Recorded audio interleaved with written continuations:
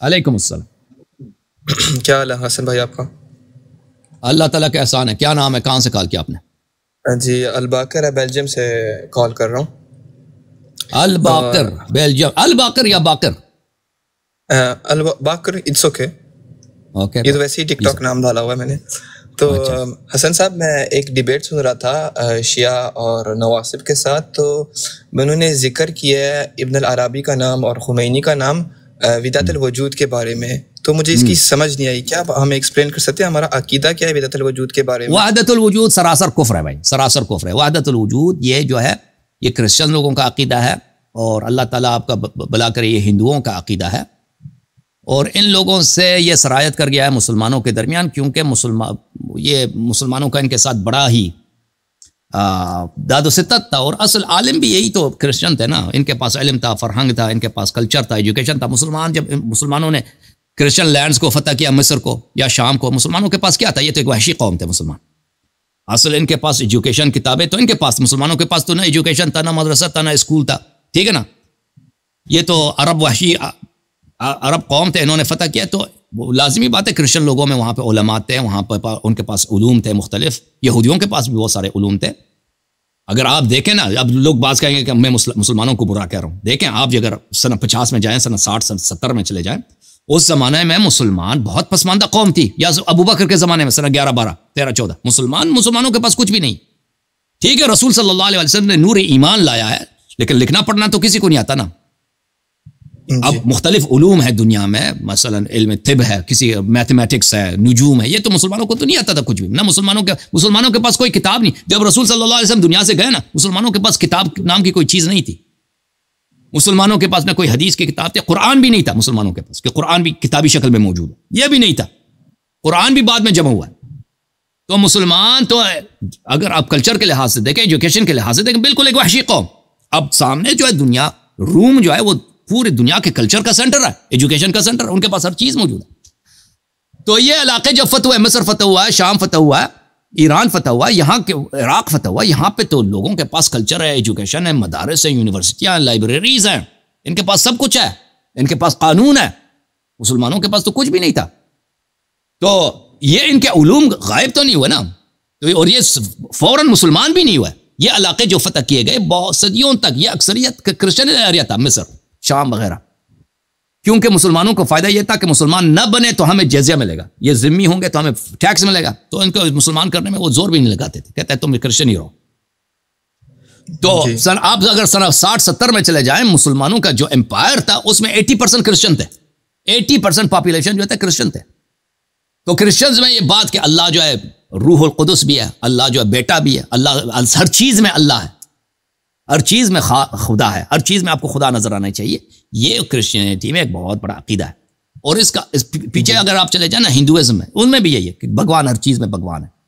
بھگوان آپ میں ہر چیز، ہر طرف بھگوان ہی بھگوان ہے. ان کا یہ عقیدہ ہے.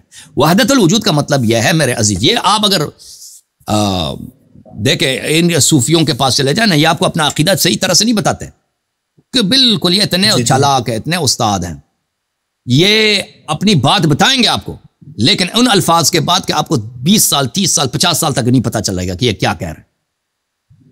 وہ ان الفاظ کے ساتھ بتائیں گے. جو لوگ قم میں پڑھتے ہیں یا نجف میں پڑھتے ہیں، وہ وحدت الوجود کو وہ نہیں سمجھتے. وہ اگرچہ عرفان کے درس میں بھی جائیں نا، ان کو نہیں سمجھ آتی، کیونکہ ان کے اساتید ان کو صحیح طرح سے نہیں بتاتے. کیونکہ اصل وحدت وجود بہت باطل چیز ہے، بہت ہی کفریہ چیز ہے. ان کو ایسا گول کرتے ہیں نا، ہم نے خود ان کے دروس میں گئے، ہم نے پڑھا ہے، ہم نے اپنا آنکھوں دیکھا حال بتاتے ہیں نا. وہ آپ کو ایسا گول کرتے ہیں، وہ پھر آپ کو کہتے ہیں آپ کو سمجھ نہیں آئی، آپ کو سمجھ نہیں آئی. پھر آپ اپنے آپ کو ملامت کرتے ہیں کہ شاید یہ کوئی اتنی بڑی عظیم چیز بتا رہا ہے، میں سمجھ نہیں آئی. اصل چیز جو وحدت الوجود ہے، اور یہ صرف صوفیوں کے اہل تصوف، اہل عرفان، ان کے پاس اصطلاحات ہیں. ان کا کلید جو ہے ان کے اصطلاحات ہے، چابی ان کی اصطلاحات. وہ شرعی اصطلاحات، مسلمانوں کے اصطلاحات استعمال کرتے ہیں، لیکن ان کا عقائد بالکل ملحدانہ ہوتا ہے. شرعی مثلا کہتے ہیں حقیقت محمدیہ صلی اللہ علیہ وسلم، حقیقت محمدیہ کی کیا بات. وہ مسلمان خوش ہوتے ہیں کہ بھئی یہ حقیقت محمدیہ کوئی چیز ہے. جی ٹھیک ہے نا، یہ بہت بڑی چیز ہے، ہمیں اس کی سمجھ ان کو پتہ ہے. جی میں وہ کہتا حقیقت محمدیہ، فیض اقدس وغیرہ وغیرہ ان کے اصطلاحات ہوتے ہیں، ٹھیک ہے نا، کہ اللہ تعالیٰ کا فیض اقدس ہے، فلان ہے فلان ہے. وہ لوگ سمجھتے ہیں کہ واہ جی واہ کیا بات ہے، حالانکہ اس کا حقیقت محمدیہ صلی اللہ علیہ وسلم جو صوفیوں کا اس کا پیغمبر سے کوئی تعلق ہی نہیں، ایسے ہی نام رکھ دیا انہوں نے حقیقت محمدیہ، اس سے کوئی تعلق ان کے اپنے نظریات ہیں. جو اصل میں وحدت وجود ہے کہ بھائی صاحب یہ دنیا سب وہم ہے، یہ جو چیزیں آپ دیکھ رہے ہیں سب اوہام ہے، کوئی چیز نہیں ہے دنیا میں، خارج میں صرف ایک ہی وجود ہے، ایک وجود ہے اور حقیقی طور پر ایک ہی ہے، اس کا وہ دو نہیں ہے بھائی. جو دو آپ کو نظر آ رہا ہے یہ جو ہے جیسے ایک شخص جو ہوتا ہے نا اس کے آنکھیں جو ہے کیا ہوتا ہے، احول ہوتا ہے. احول پتہ ہے کس کو بولتے ہیں؟ جی جی جی بالکل. وہ ایک شخص ہے جو اس کی آنکھیں خراب ہیں، اس کو ایک دو نظر آتی ہے نا. اب میں کہہ دوں یہ کتنا ہے بھائی، کتنی انگلیاں؟ ایک. اگر اس کو دو نظر آئے نا، اس کی آنکھیں خراب ہے، اس کی آنکھ خراب ہے، مثلا اس کی آنکھیں ٹیڑھی ہیں، اس بیچارے کو ایک جو ہے دو نظر. کہتے ہیں یہ جو آپ کو تعدد نظر آتا ہے کیونکہ آپ احول ہیں، یہ آپ کی آنکھوں کی وجہ سے، آپ کی عدم فہم کی وجہ. دنیا میں ایک ہی چیز ہے، دوسرا نہیں. تو اس کا مطلب کیا ہوا کہ بھائی سب کچھ جو ہے ایک ہی ہے بھائی. شیطان بھی وہی ہے، رحمان بھی وہی ہے، امام حسین بھی وہی ہے، شمر بھی وہی ہے، سور بھی وہی ہے، نجاست بھی، خانہ کعبہ سب یہ ایک ہی ہے. میں بھی وہی ہوں، تم بھی وہی ہو. اس کے علاوہ اس کی تجلیات ہیں، وہ کبھی شمر کی صورت میں ظاہر ہوتا ہے، وہ کبھی امام حسین علیہ السلام کی صورت میں ظاہر ہوتا ہے، کبھی رسول اللہ صلی اللہ علیہ وسلم کی صورت میں ظاہر ہوتا ہے، کبھی سور. یہ سب کے سب بھگوان ہیں جی، بھگوان ہیں. خمینی صاحب اپنی کتاب میں مثال دیتے ہیں سمندر کے، کہتے ہیں یہ سمندر دیکھ رہو، اس کے امواج مختلف اشکال میں ظاہر ہوتے ہیں. سمندر ایک ہی ہے، اس کے امواج مختلف. اس کا مقصد کیا ہے؟ وحدت وجود ہے، ٹھیک ہے نا. وحدت وجود یہ ہے کہ اشیاء کا وجود نہیں ہے، ایک ہی وجود ہے. اس کا وجود تم اللہ رکھو، شیطان رکھو، وغیرہ وغیرہ، اس کا فرق نہیں پڑتا. اسی لیے تو کہتا ہے نا اپنی کتاب میں ابو بکر بن عربی کہ آدم نے حوا کے ساتھ جو نکاح کیا ہے وہ رب تعالی کہتا ہے اللہ ناکح بھی ہے، منکوح بھی ہے. آدم کا تو وجود ہے ہی نہیں. سبحان الذی اظہر الاشیاء وهو عینھا، کہتا ہے کہ اللہ آدم کی صورت میں ظاہر ہوا ہے، وہ حوا کی صورت میں ظاہر ہوا. اللہ نے اپنے ساتھ ہی اس نے کیا کیا؟ سیکشول انٹرکورس کیا. تو یہ وحدت وجود کا عقیدہ جو ہے یہ اہل بیت علیہم الصلوۃ اسلام کے بالکل خلاف ہے، اور یہ کفر محض الحاد ہے، الحاد ہے. اور یہ اہل تصوف کے کتاب میں، ملا سترہ کی کتاب میں، جس کو یہ حکمت مطالعہ کہتے ہیں، بکثرت موجود ہے. لیکن یہ کیا کرتے ہیں اس کو، یہ جو ہیں یہ تصوف کے اساتید جو ہیں اور فلسفے کے اساتید جو ہیں، یہ جب عوام کے درمیان آ جاتے ہیں نا، اس کو صحیح طریقے سے اس طرح جو ان کے اپنے مذہب ہے، عقیدہ، اس طرح نہیں بتاتے. وہ اس کو ایسے گول کر کے بیان کرتے ہیں کہ اکثر لوگوں کو سمجھ نہیں آتی، یا جھوٹ بولتے ہیں، اس کو ایک اور طریقے سے بیان کرتے ہیں جو ان کا اپنا عقیدہ نہیں ہے، ان کا اپنا عقیدہ. لیکن جب ان کے کتابوں میں آپ چلے جاتے ہیں، اور میں نے ان کتابوں کا بڑا وہ میں نے کھول کے رکھ دیا نا میرے پاس، میں نے تو پہلے صوفیوں سے بڑے میرے مناظرات ہوئے اہل عرفان سے، جو شیعہ اہل عرفان ہیں، اور ان کے شک ہی نہیں کہ کفر محض ہے، اور یہ کافر ہیں اور دین سے خارج ہیں. اور ان میں جو عرفان میں ہمارے زمانے میں بڑے بڑے جو علماء گزرے، ان میں سے یہ کہ خمینی ملعون ہے. خمینی بالکل اس کا نہ اللہ پہ اعتقاد ہے، وہ بالکل کمینہ کافر تھا وہ ملعون. اور اسی طرح اس کے بالکل وہ بہت ہی ملحد آدمی تھا، اور یہ اکثر لوگوں کو پتہ نہیں ہے. وہ اپنی کتابوں میں واضح طور پہ لکھتا ہے. دیکھو جب اس نے تفسیر کا درس شروع کیا تھا ایران میں انقلاب کے بعد، خمینی صاحب نے، یہ بہت اکثر لوگ شاید ابھی تو لوگوں کو نہیں پتہ، کیونکہ پاکستان اردو زبان والے ایران کے حالات نہیں جانتے. علماء پرانے جو علماء وہ جانتے ہیں. اس نے تفسیر کا درس ٹی وی پہ شروع کیا تھا کہ ہفتے میں ایک دفعہ یہ سورہ فاتحہ کی تفسیر، سورہ فاتحہ کی تفسیر کیا کر رہا تھا؟ تصوف کا درس دے رہا تھا، وحدت وجود کا. تو مشہد کے علماء نے اعلان کیا بھائی کہ یہ آپ کا درس بند کرو، نہیں کرتے تو ہم کفن پہن کے جہاد کا اعلان کریں گے آپ کے خلاف. یہ بڑا مشہور ہے. اور اس نے علماء کی ڈر کی وجہ سے اپنے درس تفسیر جو ہے تعطیل کیا خمینی صاحب نے.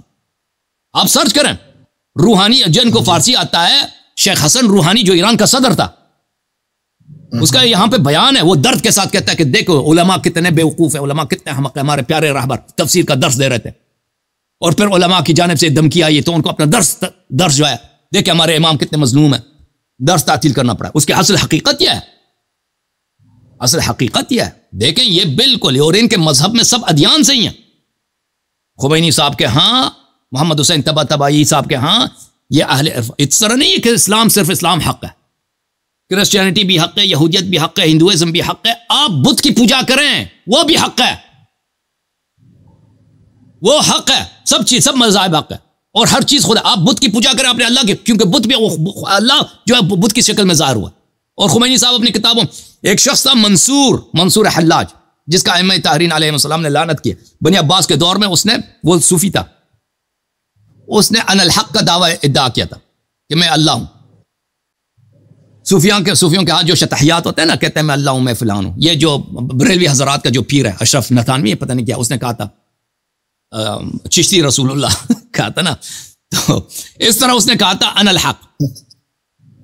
خمینی صاحب اس کے بڑے مرید ہیں, اپنے اشعار میں اس کی بڑی مدح کرتے ہیں. جو منصور کو سے ان الحق بزدم, کہ میں بھی منصور کی طرح میں بھی ان الحق ہوں. اللہ ان کے وہ ہمارے احادیث میں ملعون آدمی. بہرحال یہ وحدت وجود ہے. سمجھ میں آئی نا بات آپ کو؟ جی لیکن مجھے یہ سمجھ نہیں آ رہی ہے کہ آپ نے اتنا اچھا ایکسپلین کیا کہ بالکل کفر ہے, تو یہ جو خمینی ہے باقی وغیرہ, کس بیس سے, کس امام کے حدیث سے یہ کوئی حدیث نہیں, عرفان میں کوئی حدیث نہیں ہے. حدیث کچھ حدیث کا یہ ہے, حدیث ایک بھی نہیں ہے. وہ وہاں پہ جھوٹے حدیث ہیں ان کے. عرفان کے کتب میں آپ کو حدیث ملیں گے نا, وہ خود خمینی اپنے کتاب میں حدیث لاتا ہے کہ اللہ تعالیٰ نے موسیٰ سے کہا کہ جو بدترین چیزیں میرے لے کے آؤ. خمینی صاحب کے کتاب میں, اگر مجھے مل جائے میں آپ کو دکھا دیتا ہوں. یہ ان کے پاس سوائے صوفیوں کے جو جھوٹے احادیث ہیں, بہت ہی رذیل وہ جھوٹ حدیث ہیں, وہ کوئی ہے نہیں. ایک منٹ, ہم اگر مجھے مل جائے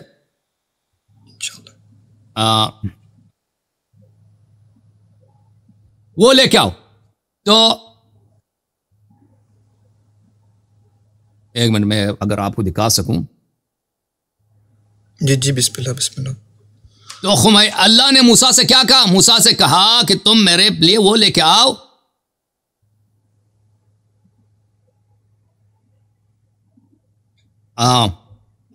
جو سب سے رذیل ہے, جو سب سے نکما چیز ہے, جو سب سے بری چیز ہے, ٹھیک ہے نا, وہ لے کے آؤ.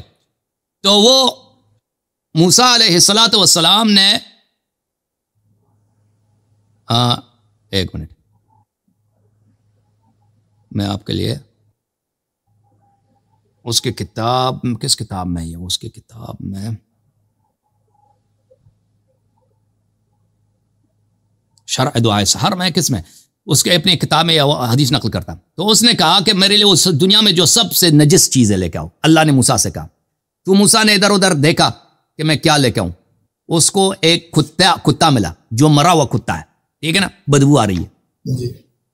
اور اس کا ایک ٹانگ اس نے اٹھا لیا. اس نے کتے کا مردہ ہے, اس کا ٹانگ پڑا, بدبو, یعنی کتا خود نجس ہے, اب وہ مر گیا, زیادہ نجس ہے, اس کا ایک ٹانگ ہے, اس میں کیڑے لگے ہیں, بدبو آ رہی, وہ اٹھا لیا. کہ میں, اللہ نے کہا کہ سب سے جو بری چیز ہے وہ لے کے آؤ. تو اس نے کہا کہ میں یہ لے کے جاتا ہوں اللہ کے لیے. یہ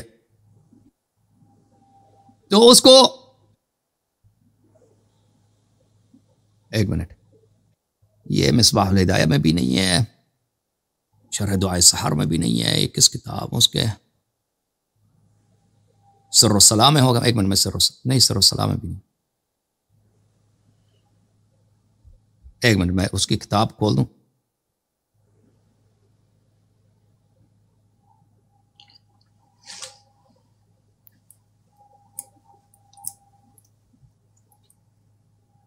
تو وہ اٹھا لیتا ہے اس کو خمینی صاحب کہ میں اس کو موسیٰ علیہ السلام کہ میں اللہ کے پاس یہ لے کے جاؤں گا, کیونکہ اللہ نے کہا کہ سب سے بری چیز لے کے آؤ. پھر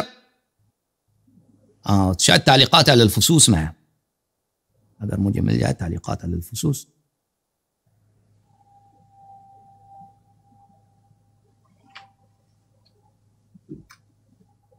نہیں اس میں بھی ابھی مجھے نہیں مل رہا, میں دکھاؤں گا کبھی آپ کو. چلیے خیر کی بات, جامع الاسرار پتہ نہیں کہاں پہ. تو پھر وہ اس کو چھوڑ دیتا ہے. موسیٰ علیہ السلام کو ایک بات یاد آ جاتی ہے, چھوڑ دیتا ہے, اس کو رکھ دیتا ہے.